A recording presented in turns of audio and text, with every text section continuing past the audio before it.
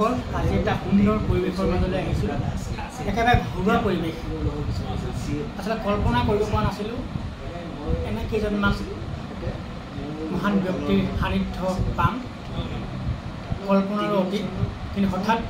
তেখেতসকলক লগ পাই গ'লোঁ আৰু মই আছোঁ মোৰ শ্ৰদ্ধাৰ বাইদেউ প্ৰতিটো মুহূৰ্ততে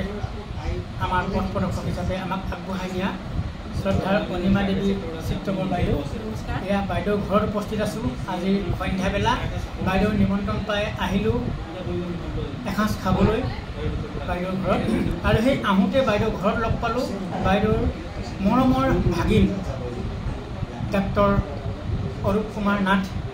এয়া দেখা পাইছে আৰু লগ পালোঁ গুৱাহাটীৰ সোণাপুৰস্থিত কিডনী হস্পিটেলৰ এগৰাকী জ্যেষ্ঠ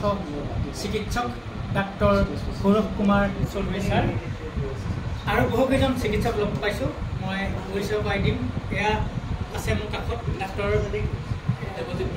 দেৱজিৎ বৰকাকতি আৰু সেইফালে আছে ডাক্তৰ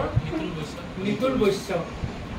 আৰু কেইবাজন আছে বাইদেউৰ ঘৰত আহি এইসকল জ্যেষ্ঠ চিকিৎসকক লগ পালোঁ আমাৰ সৌভাগ্য এটা সুন্দৰ পৰিৱেশত আজি জীপাল হৈ পৰিল সন্ধিয়াটো মই ভিডিঅ'ৰ মাজত আপোনালোকক দেখুৱাই যাম ডাক্তৰ সৌৰভ কুমাৰ চৌধুৰী ছাৰৰ গীত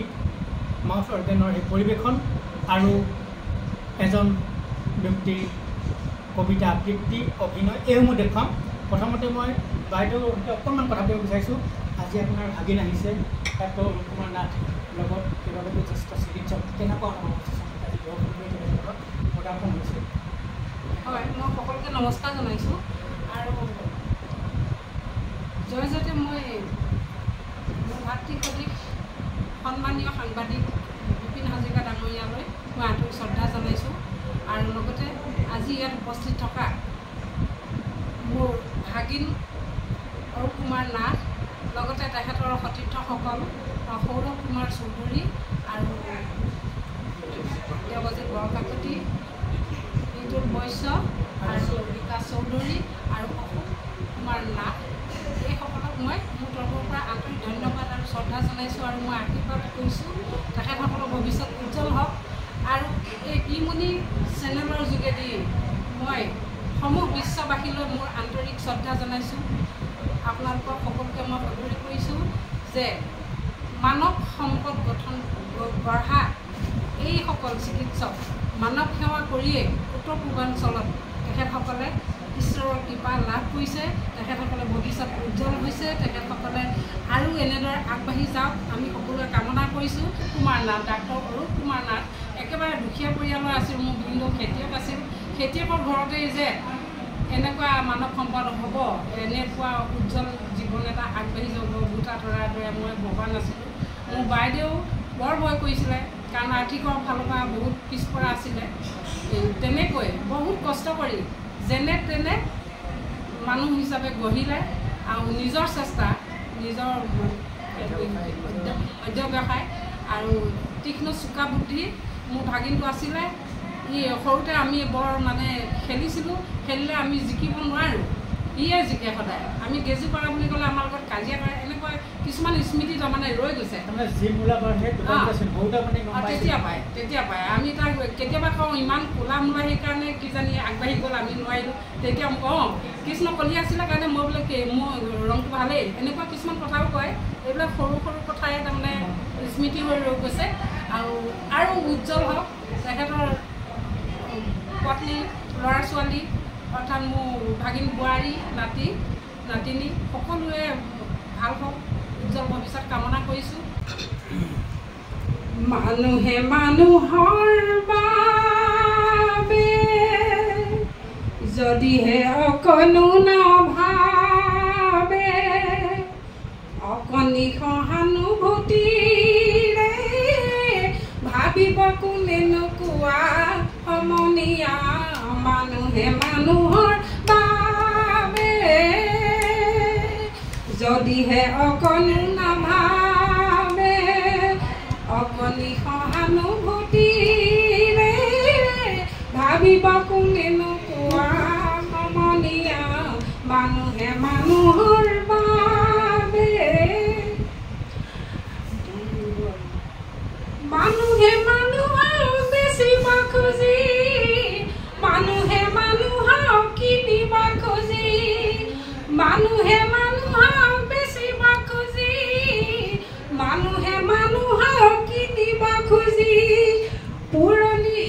ইতিহাস দুহাৰিলে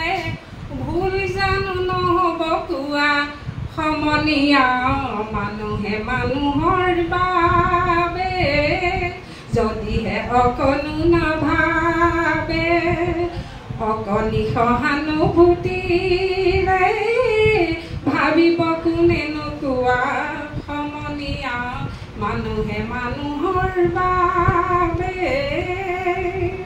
দুৰ্বল মানুহে যদি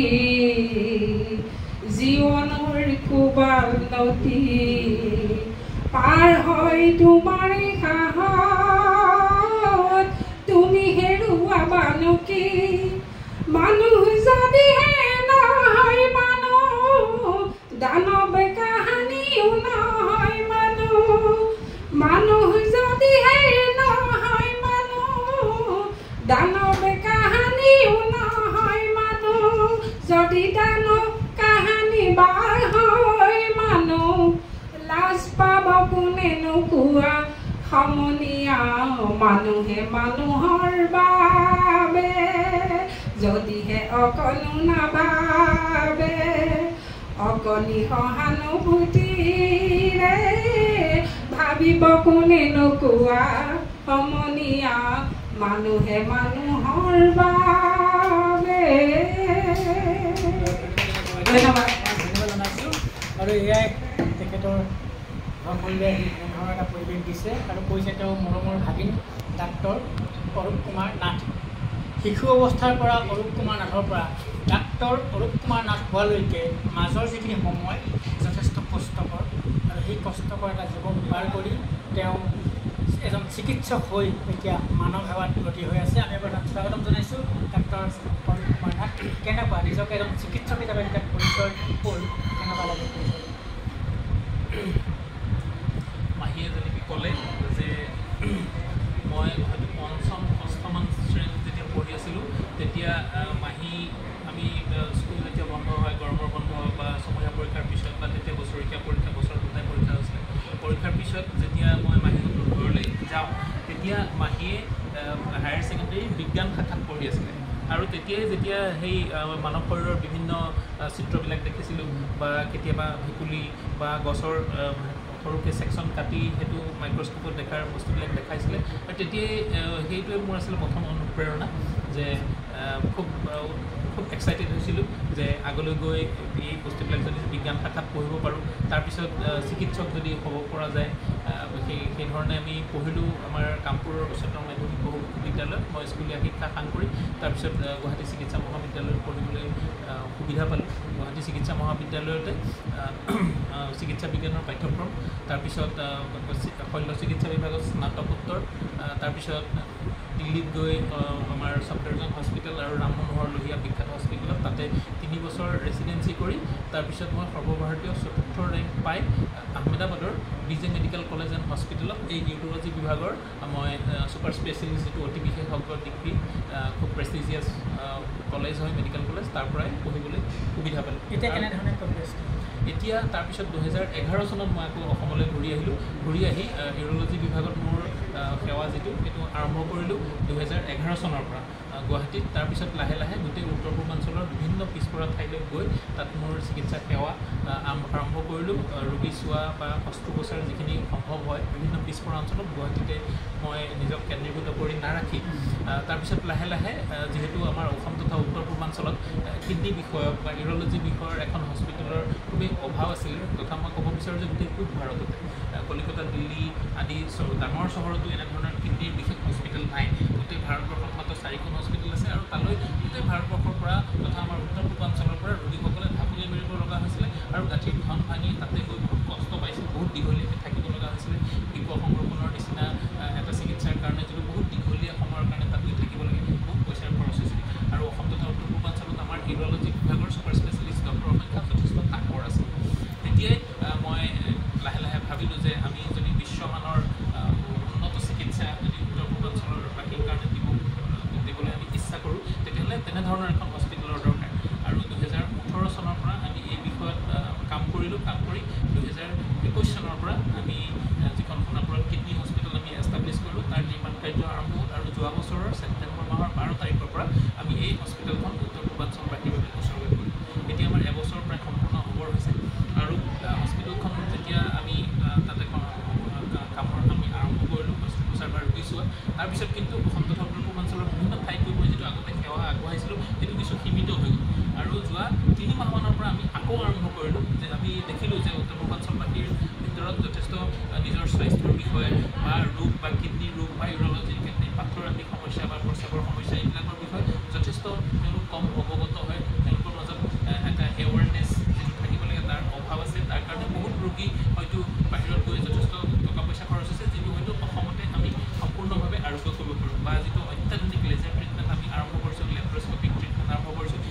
বিষয়ে আমাৰ ৰাইজক কিছু জ্ঞাত কৰা দৰকাৰ তেনেধৰণৰ এটা উদ্দেশ্য আগত ৰাখি যোৱা 3 মাহৰ পৰা আমি IUKD আমাৰ কিডনী হস্পিটেলৰ তৰফৰ পৰা মই মোৰ সহকৰ্মী ডক্টৰসকল তথা চিকিৎসাকৰ্মীসকলক লৈ বিভিন্ন পিছপৰা অঞ্চলত গৈ আমি এনেধৰণৰ সচেতনতামূলক আমি কিছু কাৰ্যসূচী আৰু ৰোগীসকলৰ মাজত নিজৰ স্বাস্থ্যৰ প্ৰতি সচেতনতা এটা সুস্থ জীৱন ধাৰণৰ প্ৰণালী এটা খাদ্যৰ এটা সুষম খাদ্যৰ যিটো দৰকাৰ বা মাদক দ্ৰব্য আদি এৰাই চলিব লাগে এনেধৰণৰ কিছু সজাগতা সচেতনতাৰ কাৰণে আমি কিছু পদক্ষেপ ল'লোঁ আৰু প্ৰত্যেক ৰবিবাৰে আমি এনেকুৱা ভিতৰুৱা অঞ্চলবিলাকত গৈ আমি আমাৰ সেৱা দিয়া আৰম্ভ কৰিলোঁ বিনামূলীয়াকৈ যেতিয়া মই যেনেকৈ ক'লোঁ যে মই পঢ়ি থাকোঁতে মই ভাবিছিলোঁ এজন চিকিৎসক হ'ব লাগে তেতিয়া আমি নাজানিছিলোঁ যে চিকিৎসকৰ পিছতো আকৌ স্নাতকোত্তৰ শল্য চিকিৎসক হ'ব পাৰে বা মেডিচিন বিশেষজ্ঞ হ'ব পাৰে বা শিশুৰ চিকিৎসক হ'ব পাৰি তাৰপিছত যেতিয়া শল্য চিকিৎসাত গ'লোঁ তাতে আকৌ দেখিলোঁ যে আকৌ ব্ৰেইনৰ চিকিৎসা থাকে কিডনীৰ চিকিৎসা থাকে তাৰপিছত ভাগ্যক্ৰমে গৈ মই কিডনীৰ বিষয়ত আহিলোঁ এতিয়া কিন্তু সপোনটো আমি শেষ হ'ল বুলি ক'ব নোৱাৰোঁ আমাৰ সপোন আমি এতিয়া আৰু ডাঙৰকৈ দেখিছোঁ যেনেকৈ আমাৰ যিখন কিডনী হস্পিটেল উত্তৰ পূব ভাৰতৰ প্ৰথমখন কিডনী হস্পিটেল আৰু গোটেই ভাৰতৰ ভিতৰত 5খন কিডনী হস্পিটেল গতিকে আমি সপোন দেখিছোঁ এতিয়া যে সেইখন ভাৰতবৰ্ষৰ ভিতৰত 1 নম্বৰ তথা পৃথিৱীৰ ভিতৰত যদি প্ৰথম 10খন কিডনী হস্পিটেলৰ ভিতৰত এষ্টাব্লিছ কৰিব পাৰোঁ সেইটো এতিয়া আমাৰ সপোন আকৌ আমি উত্তৰ পূৰ্বাঞ্চলৰ ভিতৰত আমাৰ কিডনী হস্পিটেলখনতে যদি আমি বৃক্ক সংৰোপণ কৰিব পাৰোঁ সেইটো এটা আমাৰ সপোন তাতে যদি আমি ৰবটিক চাৰ্জাৰী আদি খুব এডভান্স টেকন'লজিকেল ট্ৰিটমেণ্টবিলাক আৰম্ভ কৰিব পাৰোঁ সেইটো এটা আমাৰ সপোন গতিকে আৰু উত্তৰ পূৰ্বাঞ্চলবাসীৰ যাতে কিডনী ডিজিজৰ বিষয়ে এটা সচেতনতা আহে তেওঁলোকে যাতে যিসকল ৰোগীয়ে ব্লাড প্ৰেছাৰ ডায়েবেটিছ আদি ৰোগী আছে তেওঁলোকে যাতে নিজৰ স্বাস্থ্য পৰীক্ষা কৰি কিডনীটো ফেইলাৰ হোৱাৰ পৰা বচাব পাৰি গতিকে এই গোটেই এটা সচেতনতা অনাটো আমাৰ আৰু এটা সপোন গতিকে সপোন বহুতবিলাকেই আছে আমি কাম কৰি যাবলৈ চেষ্টা কৰিম ৰাইজৰ কাৰণে যিমান কৰি যাব পাৰি আমি সিমানখিনি কৰিবলৈ আমাৰ হস্পিটেলৰ তৰফৰ পৰা আমি চেষ্টা কৰিম হয় ধন্যবাদ জনাইছোঁ এয়া ডাক্তৰ স্বৰূপ কুমাৰ নাথ সুন্দৰতে আচলতে বক্তব্য দিলে সৰুতে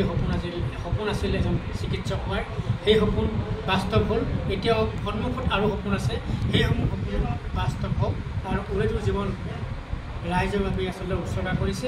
মানৱ সেৱাৰ উন্নতি হৈ আছে যি ধৰণে আচলতে তেওঁ সংকল্প লৈছে আশা কৰিছে সেই আশা পূৰণ হওক ভগৱানে সহায় কৰক এইখিনি কামনা কৰিছোঁ ঘৰলৈ আহিছে মৰমৰ ভাগিন অকণমান মহাদেউকে অকণমান মৰম যাচিছে এয়া মই দেখুৱাইছোঁ ঘৰুৱা পৰিৱেশত এয়া এতিয়া চিকিৎসক হিচাপে নহয় ভাগিন হিচাপে আচলতে মৰম যাচিছে এয়া আৰু খুব কম সময় অকণমান সময় ল'ম মাত্ৰ ডাক্তৰ সৌৰভ কুমাৰ চৌধুৰী ছাৰৰ পৰা ছাৰ কেনেকুৱা আহি শেষ পৰ্যায়ত আপুনি আহিলে সুদূৰ গুৱাহাটীৰ পৰা কেনেকুৱা লাগিছে আকৌ আহিব লাগিব এবাৰতে শেষ নহ'ল আচলতে ছাৰৰ আপোনাৰ সৰুতে এটা সপোন আছিল বৰ বেছি নাছিল কেনেধৰণে আছিল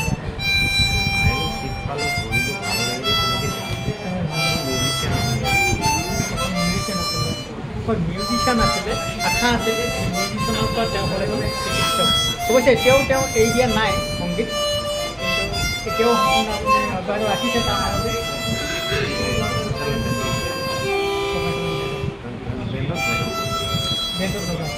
বেণ্ডৰ ৰাইজে আপোনাক দেখে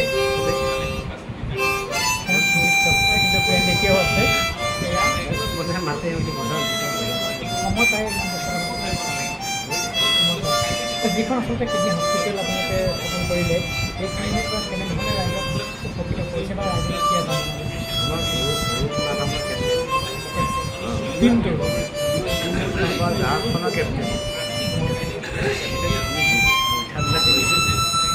কেপ্টেন আছে আগত ভালে কৈ আছে ৰাইজৰ পৰা সহায় পাইছে যিসকল এতিয়াও পঢ়ি আছে ভয় কৰিব নালাগে ভয়টো কৰিব নালাগে কিডনী বেমাৰী আজিকালি ডায়েবেটিছ ৰোগ বাঢ়ি গৈছে সমাজত ডায়েবেটিছ ৰোগ প্ৰেছাৰটো বহুত বাঢ়ি গৈছে তাৰ কাৰণে বহুত কিডনী বেমাৰ হয় সেইবিলাক বহুত বাঢ়িছে আমি প্ৰেক্টিছ মানে আমি পাছ কৰাৰ পিছৰ পৰা বহুত নিৰাময় হৈছে নিৰাময় হৈছে কিন্তু আৰু কৰিবলৈ বহুত থাকে জনসংখ্যাও বাঢ়িছে হয় বহুখিনি কথা পাতিলোঁ আৰু কথা পাতিবলৈ আছে কিন্তু পিছৰ পৰ্যায়ত সময় যিহেতু তাকৰ পুনৰ পাতিম এটা অকণমান গীতৰ কলি এটা শেষত শুনি কিবা অকণমান গীতটো অলি গীতটো মানে পূৰা অঁ পূৰা গালেতো ভালেই নাই পূৰাই গালো আৰু এটা কওক শেষত একেবাৰে বিদায় আজিৰ দিনটো দেখি বন্ধু আজি কিয়নো বন্ধু অকল কৰিয়া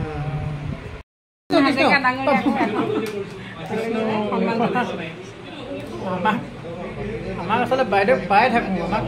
সন্মান জনোৱাৰ প্ৰয়োজন নাই বাইদেউৰ মৰম আচলতে বাইদেউৰ আশীৰ্বাদ হেৰিয়া মই দেখুৱাইছোঁ বাইদেউৰ পৰিৱেশটো অকণমান দেখুৱাইছোঁ এইসকল এই মৰম আমাৰ গ্ৰাম্য জীৱনৰ তেওঁ মৰম অতিথি আহিছে যদিও তেখেতসকল চিকিৎসক হিচাপে অহা নাই ভাগিন হিচাপে আহিছে দাদা হিচাপে আহিছে সকলোকে মৰম যাচিছে আচলতে আশীৰ্বাদ এয়া আৰু আগবাঢ়ি যাওক ভগৱানে শক্তি দিয়ক এনেধৰণে এয়া মই দেখুৱাইছিলোঁ এয়া লেখক কবি অভিনেতা এইবোৰ মৰম এইবিলাক নিভাঁজ আচলতে মৰম সোমাই থাকে এইবিলাকত কি ক'ব ইমান আচলতে মৰম আচলতে এইখনেই নিভাঁজ এখন ছবি কি জড়িত আৰু এই সংগীতে হৈছে ভগ্ন হৃদয়ৰ ঔষধ স্বৰূপ যাৰ অন্তৰত সংগীত নাই তেওঁক বিশ্বাস নকৰে মামীয়ে বিয়া হোৱাৰ পাছত সংগীতৰ যি সাধনা কৰিলে আমি কথাটো ভাবি আমাৰ বিৰাট আচৰিত লাগে গতিকে মামী এগৰাকী কি বুলি ক'ম আচলতে এই পৃথিৱীখনক এতিয়া ভাল মানুহৰ বহুত প্ৰয়োজন গতিকে সকলোৰে ওপৰত মানে এগৰাকী খুব ভাল মানুহ মানে গতিকে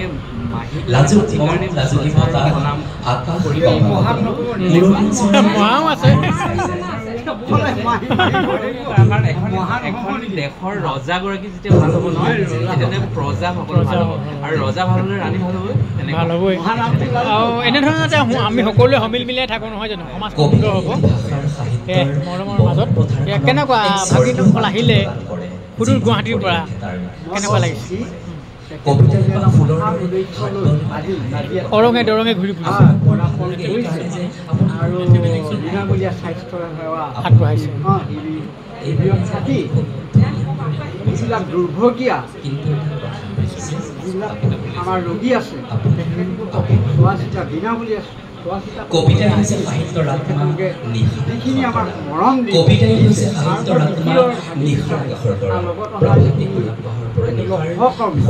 তেওঁলোকে আহি আমাৰ ইয়াত সহায় সহযোগিতাই নহয় কৃতজ্ঞতা মৰম ভাতৃত্ববোধ লগাই তুলিলে আকৌ ধন্যবাদ আকৌ আপুনি সাংবাদিক লগ পাম বন্ধু হিচাপে আহি ইয়াত যে আহি ইমানখিনি কৰিলেহি আপুনি প্ৰচাৰ গতিকে আমি আপোনাকো ধন্যবাদ জনাইছোঁ আৰু এনেকুৱা এটা শিবিৰ যাতে আকৌ আহে তাকে কামনা কৰিছোঁ ধন্যবাদ।